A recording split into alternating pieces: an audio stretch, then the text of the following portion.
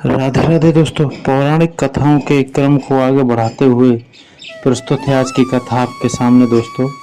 कि जो प्रणाम करना होता है, नमस्कार करते हैं जो, वो किस प्रकार से परिणाम को बदल देता है, रिजल्ट्स को बदल देता है। इसके ऊपर की आज की कथा है दोस्तों, जो प्राचीन काल से संबंधित है। कृपया ध्यान से सुने। प्राचीन काल में मृकंड नाम के एक विख्यात मुनि थे।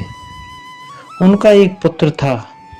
ऋषि दंपति द्वारा श्रेष्ठ संस्कार मिलने से वह बालक 5 वर्ष की अल्प आयु में गुणवान हो गया। एक दिन किसी सिद्ध ज्ञानी ने उस बालक की ओर देखा और बहुत देर तक ठहर कर उसके जीवन के विषय में विचार किया। बालक के पिता ने पूछा कि मेरे पुत्र की कितनी आयु है। इस पर सिद्ध ज्ञानी बोले कि इसके जीवन में अब केवल 6 माह और शेष रह गए हैं। उस बालक की आयु केवल 5 वर्ष 6 माह की थी।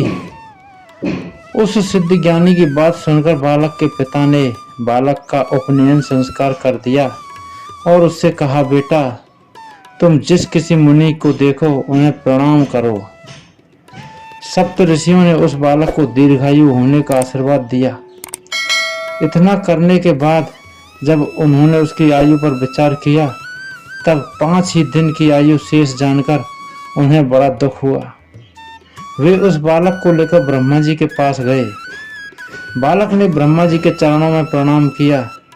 ब्रह्मा जी ने उसे चिरायु होने का आशीर्वाद दिया। पितामह का वचन सुनकर ऋषियों को बड़ी प्रसन्नता हुई।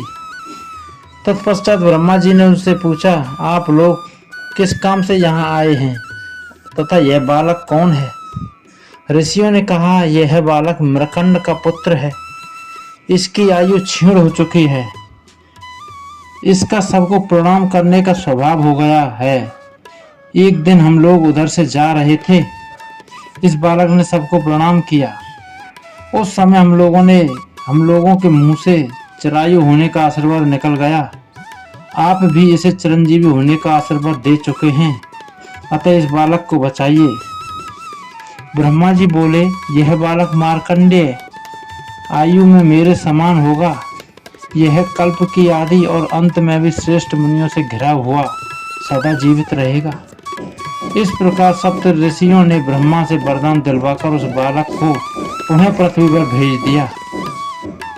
कहा भी गया है, प्रतिदिन वरिष्ठ लोगों का अभिवादन तथा उनकी सेवा करता है, निश्चित ही उसकी आयु, विद्या, यश तथा शक्ति में वृद्धि होती है।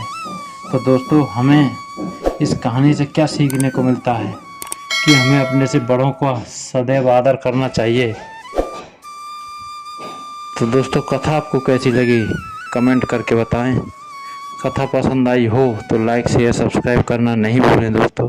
जय जय श्री राधे।